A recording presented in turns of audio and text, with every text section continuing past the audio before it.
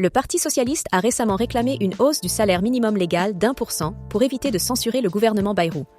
Cependant, Matignon a opposé son veto à cette proposition.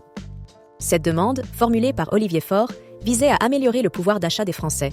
Malgré le soutien du ministre de l'Économie, Éric Lombard, le Premier ministre François Bayrou a choisi de ne pas donner suite.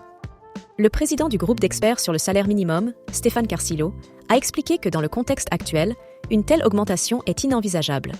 Il a souligné les difficultés économiques, telles que les suppressions d'emplois et le tassement des grilles salariales. Face à cette situation, le Parti socialiste doit maintenant réfléchir à ses prochaines étapes. Une source proche de l'exécutif a mentionné qu'un revirement n'est pas exclu si cela peut éviter la censure du gouvernement. Les relations entre la gauche et le gouvernement semblent tendues, notamment après les propos de François Bayrou concernant l'immigration. Lors d'une interview, il a évoqué un sentiment de submersion en France, ce qui complique les discussions. Pourtant, il pourrait être judicieux pour le Premier ministre de revoir sa position sur le SMIC. Cela pourrait faciliter un rapprochement avec le Parti socialiste et montrer une ouverture au dialogue.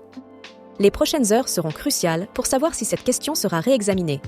Quelles conséquences cela pourrait-il avoir sur la politique française et sur le pouvoir d'achat des citoyens ?